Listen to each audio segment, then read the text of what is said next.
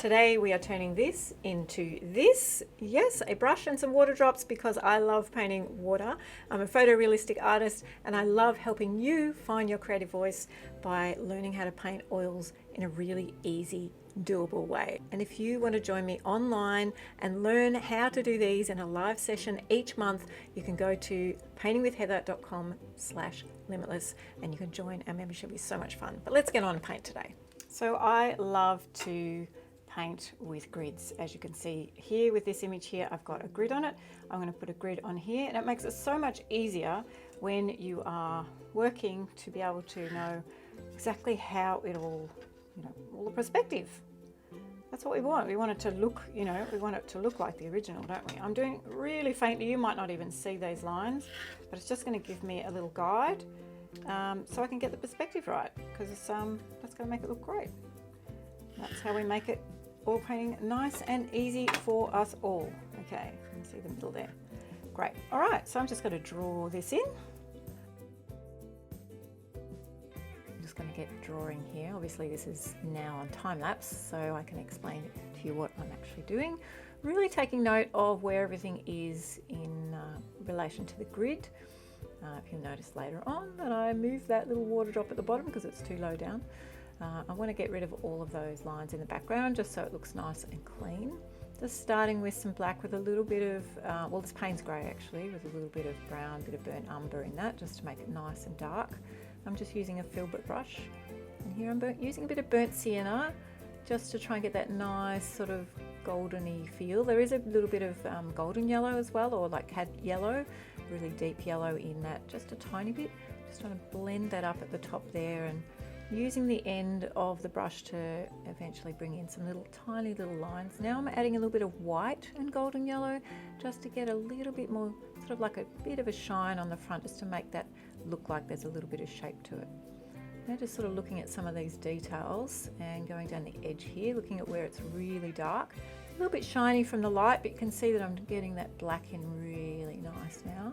So just looking at where all the darks are, and I often will just start with where I see the darks in anything. It sort of helps you just get position everything, because you can see that this brush has so many different elements in it. It's quite tiny, so just trying to find where all the darks are, and then I'm trying to find now where all of the the greys are. I'm just sort of breaking it down into 3 different sort of colors, basically just a black, a grey and a lighter color, maybe 4, let's say 4, and a white.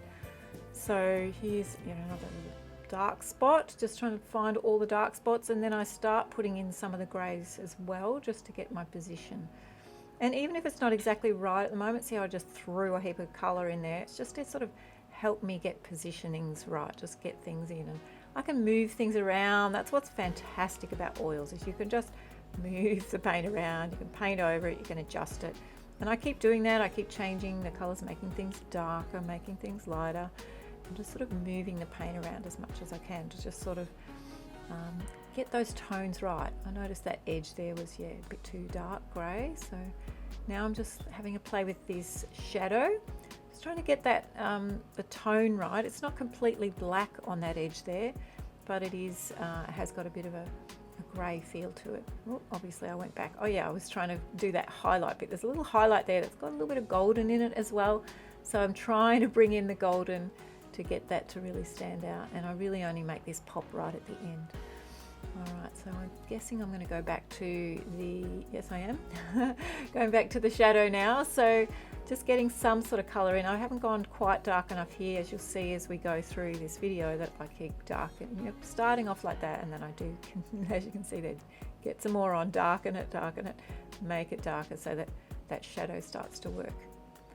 Now I'm like, well, look, I've done enough. I'm just going to have a play around with getting these water drops right now. So it's really interesting because what you see and what I'm painting on, yes, it's white, but it's actually a tiny bit off-white. So you'll notice in a little bit that I actually bring in some white paint to get that really bright highlight on the top edge.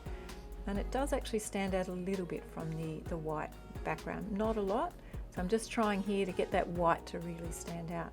And the way to do that is to make it a bit grayer on the left-hand side underneath it. So here I'm just getting things in position, very dark on those top edge ones because the shadow is quite dark over that area there. So I've actually almost used black on one of those. And inside is a shadow and on the outside is a shadow. So you've got the shadow on the outside of the water drop and a shadow on the inside that makes it look transparent. And then towards the end, I'll put a little dot, as you can see. It's hard to see that on the original, but there is a bit of a shine there, so I just sort of pop that in. Don't want to forget about this little water drop here. I moved things around to try and get the shape the same. I noticed that it was not quite the right shape. In a minute I'll sort of change it a little bit. Just getting those shadows right and blending it with my filbert brush, giving it a dab every now and then. I was trying to get a little bit of that shape of, you know, just where the hairs were coming there in the water drop, in the brush. Getting that shape a bit right, and now I'm putting a bit of a highlight there so that it does actually look like it's a shaped water. It's not just a flat area. Once we're getting close to finish now, I'm just trying to make this shadow even a little bit darker. And I'm going in and darkening spots now that I'm seeing and putting highlight where I can see the highlights and really trying to polish it up, getting edges really nice and crisp and making it darker. I wanted to make that darker up in that top area there too. So yeah, it's pretty close to finish now. I'm pretty happy with that. I hope you've enjoyed looking at this.